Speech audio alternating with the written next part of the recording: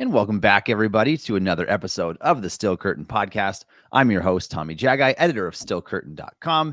And joining me, as always, is Steel Curtain contributor Shayne Kubas. We've got so much to talk about today, Shayne. Last week when we did this show, I thought we were just going to be able to kind of ease back in, rehash the schedule, and do our scouting report for Roman Wilson today, which we're still going to get to those things. But also, Cameron Heyward's blowing up in the news now. In the Steelers, we just found out Pittsburgh is hosting the 2026 NFL draft. So we're going to lead with that today. We're going to get to these other things. And I want to spend a lot of time talking about Heyward's contract situation. Big discussion topic. There's people on both sides of the fence with that. Obviously, he's not at Steelers OTAs. We're going to get to all that stuff in just a little bit here. So let's talk first, Shayne, about what we just heard today. The Pittsburgh Steelers and the city of Pittsburgh will host the 2026 NFL draft. This is what I speculated back in April. I wrote an article predicting that this would happen. The Steelers would host the draft in 2026. They haven't done so since 1948. This is a huge, huge business revenue driver. And Shayne, if you could look at some of the numbers, and obviously these are estimates because it's so hard to get an accurate depiction of everything that happens. But for the 2024 NFL draft, the city of Detroit had 700,000 people in attendance for the draft, and they netted between $300,000 and $350,000 worth of revenue in that 3-day stretch. The early numbers for the Steelers, Shayne, it looks like the projections are that the Steelers will, and I've got these numbers right here. This is from an article from Bleacher Report. There's estimated to be 300 to 350,000 visitors in Pittsburgh in 2026 for the draft, and a net revenue of $100 to $150 million. So great for the city, but can they manage that many people all at once, Shayne? That's kind of my thing because I live about 30 minutes on a good day away from downtown Pittsburgh. And when I say good day, I mean the traffic being good, right? And I think that's the biggest question mark for the city. And I think it's partly why, we're doing some kind of renovation to our T stations, our train kind of in and out of the city. You can get to certain parts of the city from those stations. And I think that's part of why they're starting that project now. They might have been tipped off like, hey, we might need some more, help getting people out of the city. But aside from the traffic issues and stuff like that, I think the city is definitely equipped to handle a lot of people being in downtown. It's just, where exactly they want to hold it and how do they handle the traffic situation. Because again, it's bad enough just by itself. It is an issue for the city. So we'll see kind of how they handle that. Yeah, I think the early reaction obviously is very positive. Fans are stoked about this opportunity. I'm sure a lot of people in the Pittsburgh area will be in attendance. That's the big question, though, is how can you maneuver? Is it possible to drive with all this going on? So if you're planning on going, you might want to start looking into that right away because it's going to be really, really busy down there. But a big win for the city of Pittsburgh. Big revenue driver, obviously the NFL draft, the biggest offseason event in sports in our country. And so definitely something to look forward to there. And man, just looking at like the broadcast view, like during the 2024 draft downtown Detroit, it's like there are people everywhere. I don't know how you move. And so it's going to be busy. That is for sure. But it also is going to be an exciting time. Looking forward to that and seeing what we're going to do here about that. Let's look ahead. Now we got on the schedule here. Let's talk about the schedule release, Shayne. We did a lot of this last week because as we were wrapping up our podcast, most of these leaks were had already been confirmed. And so we narrowed it down to essentially like 2 games at the end. We won't take too much time to talk about the schedule because we did that so much last week. If you want to hear our thoughts on that, go check out last week's pod. But today, let's talk about the biggest storylines from the Steelers 2024 schedule. And there are some big ones. This is a rough opponent list. Obviously, we knew the opponents back since January 9th when they were released.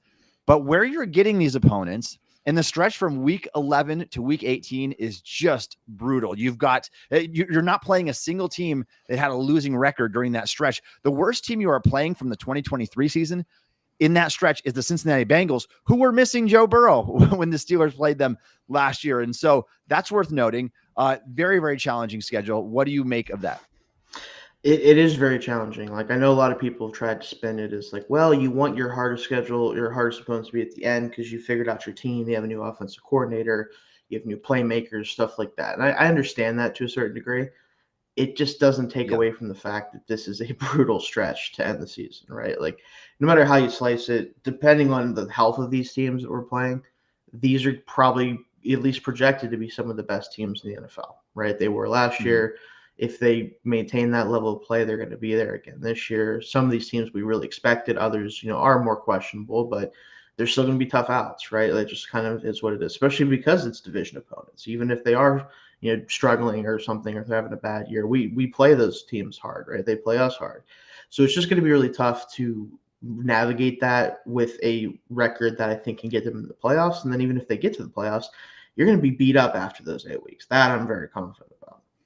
Yeah, yeah, and I think another big storyline here, Shayne, is the Steelers are not playing a divisional opponent. They're not playing an AFC North opponent until week 11, and I just Yeah. don't remember the last time this happened. Normally, they open with one, either against Normally, the yeah. Browns or the Bengals. So to go this long without having those divisional games, Strange. I'm intrigued by it. I don't think it's the worst idea because I know how important these games are. You want to be nice and warmed up. You want to already have all the kinks Right. ironed out. That's the idea. Same goes for every team, but it's going to make that stretch so important down there. And knowing that the Steelers were 5-1 against the AFC North last year, I just don't think that's attainable again, especially It's hard if to Burrow do is that. healthy and playing. So to think that they can repeat that is hard enough. Now you add the Kansas City Chiefs on Christmas Day, which again, big storyline. The Netflix has that deal now, so you're going to need a Netflix account for that one. Yeah. And then you play the Philadelphia Eagles on the road during that stretch as well. It's really difficult. So that's one of the other the big storylines there. Also, the Steelers are opening up the season with 3 of their first 4 games on the road. If you count the final game of the preseason, it's 4 of their first 5 games. Four games in a 5-week stretch in which they will be playing on the road from the end of the preseason through the beginning of the year. So that's a lot of traveling that they're going to have to do there. Distance travel, though, Steelers are always one of the shorter distances. Yeah, just because so many of our opponents lowest, are, our division so is nearby. so close together. Yeah. So, and the Steelers get a week 9 bye this year, which I can be Nice. thankful for. Week 6 was rough last year because then you had to Yeah. go a 13-game stretch eventually into the playoffs without having a single week of break. So that part is nice. Anything else you want to note about the schedule release, Shayne? Just that it does feel like the NFL is starting to prioritize moving division games later in the year, which is interesting. I'm curious to see if that was an emphasis. Obviously, it seems like it, and we'll kind of see how ratings and how the teams play and everything. See if that might be a good strategy moving forward. So. Yeah, it's certainly going to keep fans engaged, I'm sure, when you're playing Browns, Bengals, and Ravens, 6 total games in the final 8 weeks of the season. So that's wild, and we've never seen something like that. So let's talk about let's move on, Shayne. Let's move into the biggest storylines from OTAs. If you want to catch more of what we said about the schedule release, go check out our last episode. And also, Josh Yoris just had his first episode on the Still Curtain podcast on Monday. If you missed that, go check it out. Josh did an awesome job with that, covered a lot of great topics. Very, very interesting. He'll keep you engaged through that full hour-ish episode. So check out Monday's episode of the Still Curtain podcast with Josh. Let's talk about the biggest storylines from OTAs, Shayne, so far. Obviously, the biggest one is Cam Heyward. We're going to talk about this a little bit later in the show. That's going to be our big topic for today. But initial thoughts on him missing OTAs. This isn't something that surprises you, is it? No, not from what his comments were about his contract. And I understand, and we're going to get into whether we should, whether they should, what the situation is with that, what the outlook would be for that. But at the end of the day, he is a tenured Steeler. He's one of the best players we've seen in this era of the Steelers. If he wants a new contract, I'm not going to be the one to tell him not to seek a new contract. Let me put it that way. So I understand it's unfortunate not having him there, especially because I do think that this team needs everything it can get as far as leadership and figuring things out with the schedule we have. But I also totally understand it from a business perspective and from just his personal perspective. Yeah, absolutely. I was not surprised to see it happen. I think there's a chance that this could turn into a TJ Watt like situation, maybe have that hold in training camp, if you will, like we saw in 2021. So more about that in just a little bit here. Other topics from Steelers OTAs. Obviously, everybody wants to see Russell Wilson, Justin Fields in Steelers gear, and you can see that for the first time. Obviously, it's these OTA sessions are not open to the public, but the media has been posting some of these pictures and videos on social media. You can check that out on X. So we do get to see them. We got to hear Russell Wilson speak. He talked about how much confidence he has in this young group of wide receivers. He mentioned Calvin Austin by name twice, which I thought was interesting, saying that this guy's leading the charge. He's coming out first in line. And so I thought that was an interesting takeaway from that. Also mentioned Roman Wilson and George Pickens a couple times as well. Makes me wonder if that's going to be the trio the Steelers are going to look to in 11 personnel this year. And we're still obviously interested to see who's going to be the guy opposite George Pickens. I think the Steelers are going to run a lot of 12 personnel, a lot of 2 receiver sets. And so I think that player could play a big role for Pittsburgh this year. And I think one of the interesting things that we can gain from OTAs, Shayne, if nothing else, is we can kind of look at some of these videos from afar and say, all right, where are these guys kind of lining up in the pecking order here? What's the depth chart going to look like based off of who's going first, second, third, fourth in drills? That's not everything, but we can kind of get a prediction of what a way too early Steelers depth chart might look like based on who's kind of leading the charge in each of these departments. So it does look like Calvin Austin is getting some work there. I think another big one is the cornerback room as well. Same type of thing. We're interested to see what's going to happen there. Yeah, the cornerback room especially, because at least with the receiver room, as much as it's an issue, it's like a clear and kind of cut and dry one for the most part. I think like it's Van Jefferson and the rest of the outside receivers outside of Pickens, and then Wilson and Austin are kind of those hopefully interchangeable pieces that can do a little bit of Z, mostly slot probably, but do that type of stuff like that. There's just somewhat of an idea of what that pecking order might look like.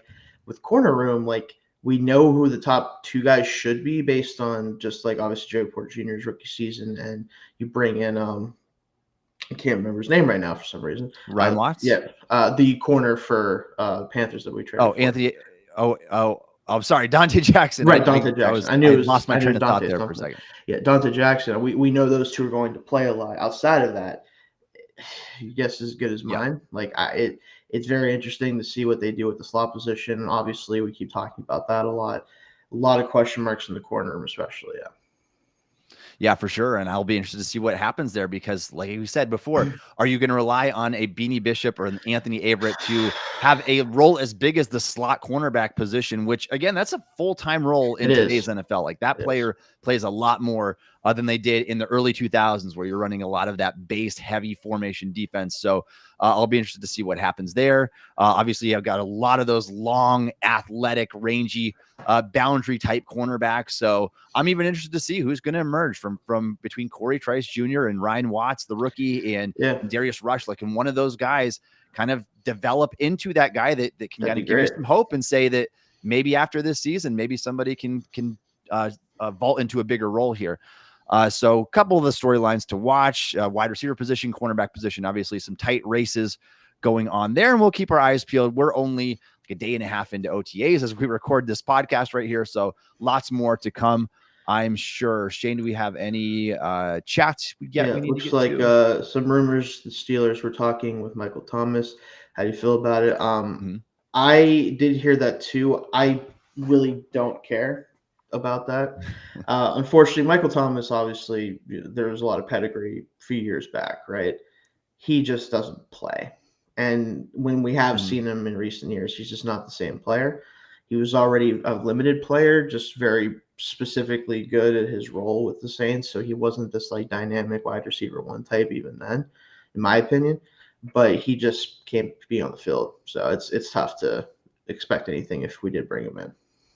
Yeah, I mean, I think that obviously he would be fighting for Van Jefferson if they did bring him in. Very similar type role. I think a guy that can do some stuff in the slot, do some stuff outside. He's had his time in the sun, and I think that those days are kind of behind him. Kind of like Jefferson. Like I think that he'd probably. I'm not a big fan of I'm a big fan of Justin Jefferson. Yeah, not a big fan of Van Jefferson at this stage in his career. I think that Michael Thomas would probably offer something similar, maybe a little bit better. Maybe you're getting I think you'd be getting an upgrade there just because of what he's done in the past and his experience. at the position, but it's not significant enough that I think it would make I don't think it moves the needle. Let me say that. Right. I don't think it doesn't move the needle. You're not going to, the odds makers aren't going to go ahead and change like their win projection or anything that way if you add a Michael Thomas. So. No, not anymore. Something to keep an eye on. I don't know if the Steelers are done. They might make one more move at wide receiver. But then again, we got to consider they've signed a trio of guys at the position. They drafted Roman Wilson in the 3rd round. Maybe they are content for this year, and maybe they try to make a bigger move, make a bigger splash play for one next off season. And you got to remember too, if Arthur Smith's offense looks like it has in the past, most of your targets are being funneled through one player. We can assume that's going to be George Pickens this year. Hope so. And then everybody else is kind of just a mixture, a blend, a bunch of guys getting 35 to 45 receptions. And so I wouldn't be shocked to see something similar happen in Pittsburgh. All right, let's move on to our first big discussion topic of the day, and then we will get to Cameron Heyward in the contract situation. And if I want to hear everybody's thoughts, Shane, I want to hear your thoughts, and people can weigh in with questions about that as well. But I certainly have some thoughts that I want to share about that, whether or not it's a good financial move for the team and what they should do from a business perspective. First, let's get into our scouting reports. We've been running a series of my scouting reports, Shane, starting with Steelers first round pick, Troy Fautanu. We did Zach Frazier last week. If you missed either of those, just go look in our archives here on YouTube and the Still Curtain podcast or wherever you listen to your podcast and go check those out. We did a detailed breakdown of each of those players. So now we were on to the first of their 3rd round picks, and that is Roman Wilson. Shane, I was a big fan of Roman Wilson prior to the NFL draft. I thought there could be a chance Steelers could have some interest in him. Obviously, everybody looks at that video of Tomlin talking to him at the Senior Bowl and him getting matched up against Quinion Mitchell there. I think he was great at the Senior Bowl, but I think that his film is just really solid. He's coming from the best football program in the nation, albeit one that runs the football a lot. He was the lead receiver for J.J. McCarthy, who went high in the 1st round. There's a lot to like about this guy's game. We're going to talk about the strengths and weaknesses here of Roman Wilson. But Shane, what were your initial thoughts when the Steelers ran their card in at pick 84 for Wilson? It was very par for the course because, again, it's a player that they showed interest in the Senior Bowl. He was falling farther than people expected and fills a need. So kind of checks all the boxes, right? I think he was, if I'm not mistaken, I'd have to go double check again, but I think he was the top receiver left on my board, at least at the time. We're at the end of that run of like day one starting caliber receivers in this class. Now, granted, normally doesn't last till 84, but this class is pretty special. So it's a little different there. But yeah, him getting drafted that late was a value to me, and I think it makes a lot of sense for the team as well. Yeah, and if I recall the right number here, I believe he was 46th overall player in the draft on Marcus Mosier's draft expert consensus board that takes the average rankings of all the top draft experts. So the value, obviously, I think was undeniable at this stage in the draft. I think a lot of people expected him to go in the 2nd round. Yeah, I know that who was it? It was the Jets who were choosing between him and Malachi Corley. Yep, they almost took him with the 1st pick in the 3rd round. Yeah. The Steelers ended up getting him like 20 spots later, and so it all works out for them. At least we hope. So let's talk about what this guy could be for the Steelers. I'm going to run through his strengths, his weaknesses, and then we're going to offer some player comps. What Roman Wilson could be if everything goes great in his career, what he could be if things don't go so well, and if he doesn't make that adjustment to the NFL, and then what is he most likely to be in terms of what they are getting out of their 3rd round pick. So let's start with the strengths here, Shane. This is what I have. And I went back. I watched a lot of Roman Wilson tape before the draft. I probably spent a couple hours on that. And then afterwards, obviously, I went back and did another dive into the tape after the Steelers drafted him. So these are my takeaways. Let's start with the strengths here. Explosive acceleration off the snap, reaches top speed in a hurry. Like you can tell that he just gets right out of that stance. Speed to stretch the field at 4.3940. Obviously, it can be a dangerous vertical threat from the slot. I think he does a lot of good work down the seam and then on corner routes as well. He's sure-handed as they come at the position. Just one drop in 2023. He can stride away from defenders to create separation. Competitive toughness to reel in the football over the middle of the field. He's compact, muscular frame to absorb contact. Fearless, isn't afraid to put his body on the line. Soft, natural hands to effortlessly pluck the ball, and a willing blocker despite his undersized frame. So those are my strengths. Shane, is there anything that you would add to that? No, I mean, I think you summed him up pretty good. Like his speed, I think, is the biggest thing for me, as to why I think he's going to work out. Because when you have a player that is as tough as he is and has speed to burn, it's just hard to deal with guys like that have strength despite the smaller frame to kind of not get bounced around as much down the field. Like they have the ability to let that speed really burn. Whereas some guys you Mm. see, they're fast, but if they can be affected so easily that it's just not even really valuable a lot of the time. With him, I don't think you have that same issue a lot of the time. And obviously the route running, the ability to separate, we need that now that we let Deontay Johnson go. It made a ton of sense, and I think he fits a lot of those roles that they would want and the strengths that they need in the receiver room now. Yeah, absolutely. And they were missing that type of player as well. We'll see what happens between, I'm interested to see between him, Calvin Austin, what's the workload look like, who ends up emerging. Not all these guys are going to make the team. Like there's too many guys that fit that niche role, and probably not enough hats to go around. So Quez Watkins, is he the guy that's the odd man out here? It's obviously not going to be Roman Wilson. Let's talk about his weaknesses here real quick. He's fast, but not overly sudden. This is something that I think is noticeable on tape. He's not twitched up like a Zay Flowers, who came out last year, where he's just going to just be a nightmare after the catch that way. He needs to work on selling his routes with head fakes and snap movements. He's smooth, but not overly twitched. Not a refined route runner. He rounds off his routes too often. He does most of his damage from the slot. Questions about his effectiveness when playing on the outside. Physical, but not big. He came in at the NFL Combine, 5'10 and 3/4, 185 pounds with just 30 and 3/8 inch arms. That's only 12th percentile arm length. Not a big threat to slip tackles and make defenders miss after the catch. Surprisingly, you think of most of the time you think of a smaller, compact receiver and one that works from the slot as being like a really good weapon after the catch. That really wasn't the case. There's not a lot of data to back that up. And I think that's what the film kind of says too. He's better before the catch than he is after the catch. I think he only had 3 forced missed tackles, if I recall off the top of my head. I don't have that pulled up in front of me right now, but I think it was something like that. And I think the biggest question that comes down to Roman Wilson, is he a slot only in the NFL? And I think that if he is, there's still a lot of value to a slot receiver, but that does limit his upside of what this guy can be if he is reduced to being just a slot receiver in the NFL and not a player that can be a full-time guy who can win at the Z position, win on the outside, like a Deontay Johnson who played X for the Steelers. I don't know if that's going to be his role. It's looking like a combination of slot and Z for the Steelers is going to be his career path. Is there any other weaknesses that you would add to this list, Shayne? Yeah, it's kind of similar to what you said about the route, like being more just refined in his routes, because like you said, he doesn't always, he rounds them off a little bit too much, right? And I think that for a smaller player, especially that can't use his length and size to box guys out, you want to make sure that you're being sharp with your cuts, because guys can undercut you much easier at that size, right? So you don't want to have to worry about guys being able to do that by being able to jump routes like that, see that you're rounding it off and get in front of you. I also think he needs to do a better job of settling in the zone for the quarterback. Like, I think that's something that he didn't do a ton. Now, again, like, they didn't throw a ton in Michigan. There wasn't a ton of opportunities to do that. But I think that he does need to work with that a little bit, especially in the NFL, where a lot of the time, like, that's how you can manufacture first downs. It's like, okay, well, I'm just going to stop my route because there's no one around me, and let me just be available to the quarterback. That's something I think he'll have to improve as well, for sure.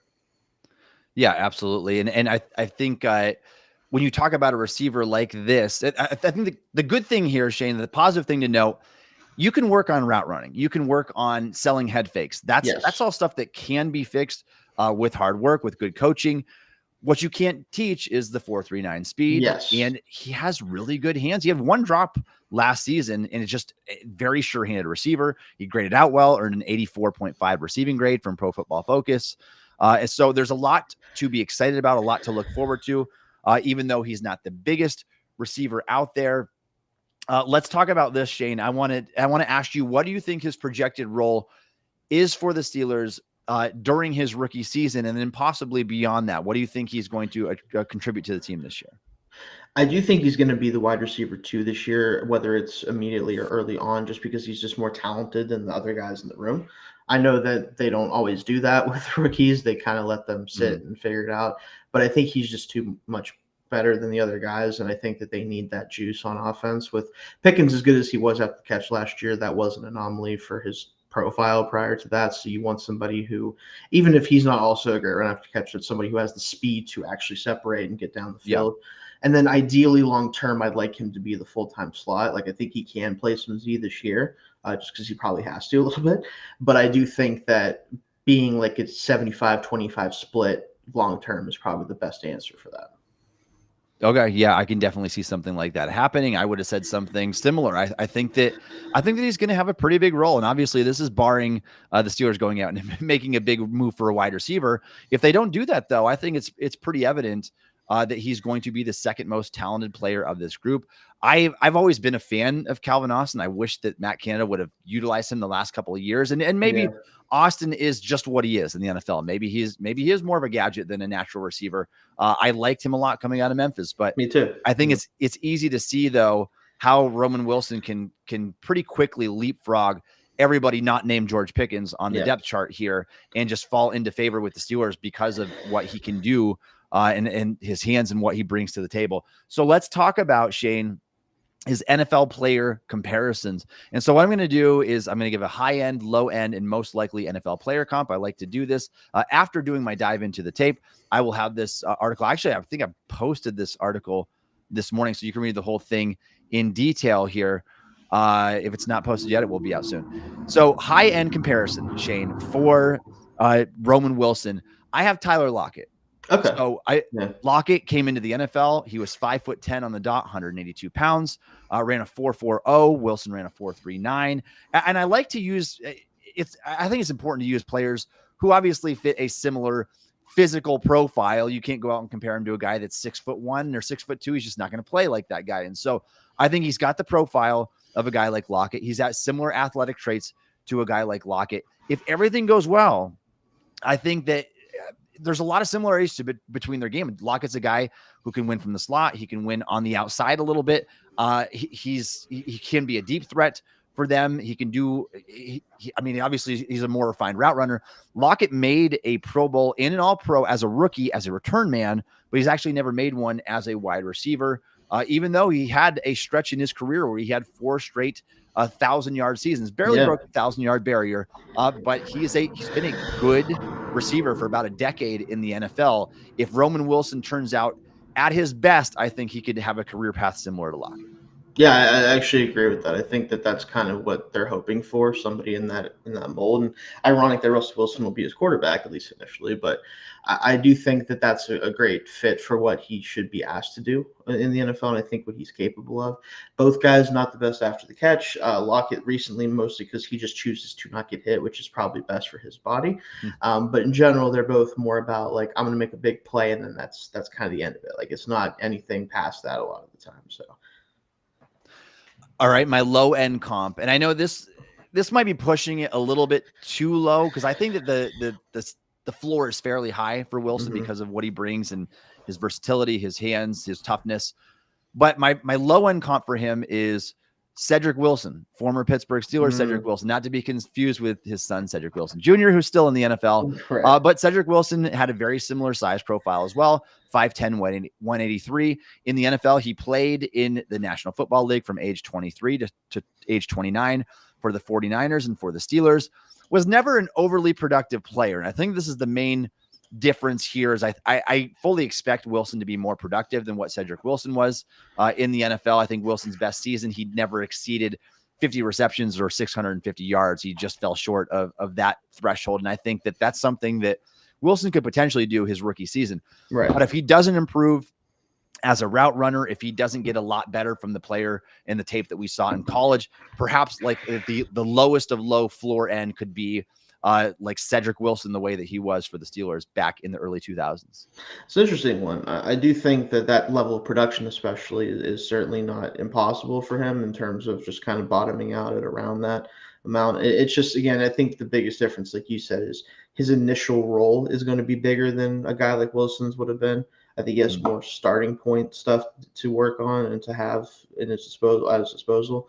But it's, guys just sometimes just don't figure it out, right? They get force-fed targets, but it doesn't go well, and then they're out of the league in 4 or 5 years. So, yeah. for sure. And my most likely player comp, and I include this one on my report as well, and that is Sterling Shepard of the New York. Go back to the 2016 draft. Shepard was the 40th overall pick in that year. I think that there's a lot of similarities between their frame, the way that they win. I think Shepard was a little bit more refined as a route runner, but both of them, I think, are better before the catch than they are after the catch. They were sure-handed. Now, Shepard obviously had some very unfortunate injury stuff. Yes. Derailed the second half of his career. In his first contract, he was awesome for the Giants. He was very good. He was a guy that fell just short of 1,000-yard seasons a few times. Even when he would miss time. But I think that he's a guy that could play a little bit on this outside, did most of his best work from the slot, played his entire career with the Giants, and ended up still having a good NFL career, even with all the injuries that took place. Yeah, I think especially if you were to compare him to non-injured Sterling Shepard, that makes a lot of sense. I think that'd be well worth the pick at 84 if that happens. So. Yep. Competitive toughness, good hands, all that kind of stuff. I think the same type of traits that Roman Wilson brings to the table. Size-wise, I think that that Shepard was just a little bit shorter, but outweighed Roman Wilson by a little bit more coming into the league. But I think easy to draw comparisons between those two players there. So I like that one as a likely player comp. If you want to use a super recent one, I think a Khalil Shakir type maybe as well. A guy with speed from the slot. Shakir is a little bit taller, not long though. I think he only has like 29 and 70 arms, really short arms. So frame wise about the same, a little bit taller. But Shakir, I can also see some parallels there with the way that they win. Not the most refined route runners, but good athletes from the slot position. And I think that he could have a similar type role on the Steelers. All right, moving on. If you have any other player comparisons that you want to drop for Roman Wilson, go ahead and put them in the chat here too. I'd like to see what you have to say about that. If you are a fan of the Pittsburgh Steelers and you would like to support the Steel Curtain podcast, please consider subscribing to the Steel Curtain podcast on YouTube. We appreciate all of your support. All right, Shayne, big discussion of topic for today. Cameron Heyward. It's been blowing up. Everybody wants to talk about him. What should the Steelers do with his contract situation? Obviously, as he announced on his podcast, that he was not going to show up to Steelers OTAs in the midst of a contract dispute. He made that very clear that he wants a new deal with the team. Are the Steelers going to give him one? Should the Steelers give him one? I think that's the question that needs to be addressed here. And there's a lot of factors to consider. Obviously, Heyward has been an awesome player, one of the best players on this franchise over the past 2 decades. And so you can get behind it. And I think the nostalgia factor in the fan part of us wants to say, we need this guy to retire as a Pittsburgh Steeler. Like, he's played this long here. He's 35 years old. Let's let him play the rest of it out and retire in Pittsburgh. And the business side, Shayne, you can look at it from a different angle and say, is this guy worth throwing this type of money at to keep him around for the remainder of his career? What should the Steelers do with it? Obviously, Heyward has one more year remaining on the 4-year, $65.6 million contract that he signed back during the 2020 offseason. He wants to get paid. And I understand as these interior defensive linemen are getting contracts, these guys are getting paid a lot of money now. And Heyward believes that he is in that category and he should get that much money. And I mean, the top contracts, they're exceeding $30 million these days. Now, Heyward's not going to get that in his current state, considering that he was injured last year and factoring in his age. But I've heard people say that $20 to $23 million in new annual earnings is what Heyward could be looking at. And spotrac.com that has his projection in new annual earnings of $19.6 million per year. Shayne, would you give this to Cameron Heyward? What would your decision be if you are Omar Khan and the Pittsburgh Steelers right now? Well, unfortunately, Tommy, I'd have to say that if he wants $20+ million at the age of what would be 36, 37, maybe 38, if it's a 3-year deal, you can't look at yourself in the mirror and say, yeah, that sounds like a good idea for a player that's in his situation. And it's unfortunate because Cam had the situation where he kind of broke out later in his career, not super late or anything. Yeah. He still has had multiple years in a row now of great play. And last year, obviously, was an anomaly with the injuries and everything. But to ask for 20 plus million at his age and his current level of play, because even last year, now obviously he was banged up, obviously, so some of that you can say, oh well, he was hurt, and it's like, I get that. He is 36 though, or going to be 36, right? It's one of those deals where how much of it was injury, how much of it was age, it's really hard to say. And to commit that much money to a player that is important as he's been to us, like you never will hear bad things said about Cam Heyward in the city. I just can't imagine it. Yeah. If you're being real about it, if you're being subjective or objective, I should say, you cannot say that paying him $20+ million is truly smart. It could work out because we've seen how good he's been, but I would want to see him this year and see what he looks like before I do that. Yeah, Shayne, I don't think it's any secret at all. The Steelers have been notorious for keeping their players probably longer than they should have. Yes. And they've done this at the time. And I think a lot of it has to do with them. They want their best players to retire with the Steelers. They want them to start and finish their career as a member of the Pittsburgh Steelers. And I think there's something to be said about that. I think there's some value in that from a PR standpoint and just a legacy standpoint. But at the same time, Heyward he's no spring chicken anymore, right? This guy is not, his best years are behind him. Like, I don't think there's any doubt in my mind that he's not the 3-time first team All-Pro player that he has been in years past. Now, you're right. He had a late start to his career, didn't earn his first Pro Bowl and All-Pro until his 7th season in the NFL. Didn't make his first start until his 3rd season in the league. Part of that was playing behind a stacked defensive line that at the time had Aaron Smith and Brett Kiesel. Right. But we have to look at what it is right now. And I've got a motto, Shayne, that I live by, and I want the Steelers to live by. You don't pay for past production. Right. And what I mean by that, it's pretty self-explanatory. You don't pay a 36, 37, 38-year-old Cam Heyward for the things that he's done in the past. You need to pay this guy for what you think he's going to do at age 36, 37, and 38, assuming you give him a 3-year deal.